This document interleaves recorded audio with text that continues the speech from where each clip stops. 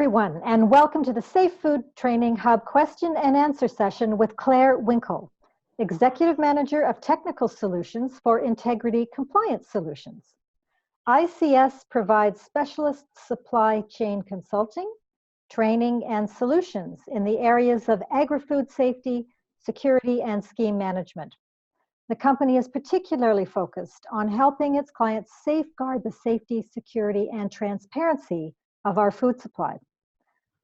I'm Safe Food Training Hub's Managing Editor, Susan Crossman, and I'm so very pleased to be here with Clare today. Clare, thank you so much for joining us. Thanks for inviting me to have a chat today. I'm going to be asking Clare a few questions about the online training courses that ICS has made available on the Safe Food Training Hub. And Clare, I wonder if you could tell us what courses you have available on the Hub and maybe give us a little sense of what they are and why they're so important for our viewers.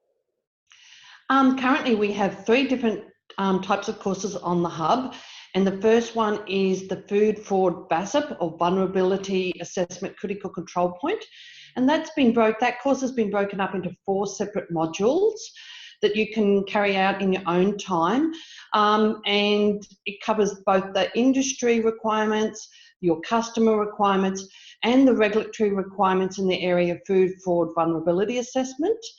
And particularly Module 4 shows you exactly how to carry out a VASP assessment with the downloadable forms. Then we have Threat Assessment, or TACIP module, which is Threat Assessment Critical Control Point, which is about food defence. And there's 3 modules on that topic, and it's broken down to the awareness, like what is it, what are the industry and regulatory requirements in that area, and how to carry out an assessment at your site. And that helps you develop your own food defence plan. And then we have our Fresh Produce HACCP Refresher, which has become very popular, particularly with the new produce safety rule. So that is developed a short HACCP course, particularly for the people working in the fresh produce sector, such as pack sheds or farmers, and even transporters have undertaken that course. And it helps you develop a HACCP plan and meet the requirements of the regulations in various countries. It's very complex information, isn't it, really? It is, and that's what we found when we were developing them. And we've developed these courses specifically for the North American and international market to meet things like the food defence requirements, food fraud requirements, and the produce rule. And I'm wondering, Clare, who will get the most out of the courses that you've made available on the Hub? Well, probably each is aimed at a different group. Obviously, as I mentioned, the fresh produce HACCP is very much targeted at that industry. So if you're working in that sector, whether as a farmer, pack shed QA manager, a group technical manager in that sector. Now, with the TACIP and the VASP, it's for the people usually working in food processing who have to carry out the job of designing a food defence plan or carrying out a food fraud risk assessment. And so that can be quality assurance manager, group technical manager, but it can also be for the purchasing team, particularly for the VASP, the purchasing team. And what we found also with the TACIP, with the food defence, is often logistics managers, people looking after the distribution chain and the supply chain, the transport areas are very interested in that course as well. So the courses affect all kinds of people in industry, really. It definitely. It's particularly the TACIP and the VASP are a wider audience than just a traditional food safety HACCP team. Right, yeah. I'd love to know a little bit more about ICS. Clare, can you tell us a little bit about your company? Yes, I can. We created in 2013 to meet an identified need within the Australasian market to deliver specialist supply chain solutions. So that's we work in consulting, training, and all of us are working registered auditors. So like this week I've carried out gap audits against a GFSI standard. A couple of weeks ago I was working in a country north of here called Papua New Guinea, helping a large corporation carry out gap audits against all their sites so that they can be HACCP certified. Wonderful. And we give all types of technical support for anyone within the agri supply chain. Excellent. And which is sorely needed, isn't it, really? Very important stuff.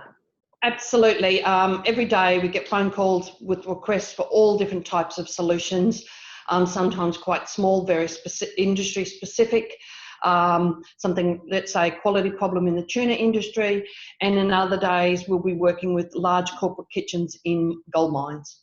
Wow, so quite a range. You folks are quite flexible and experienced in all of that.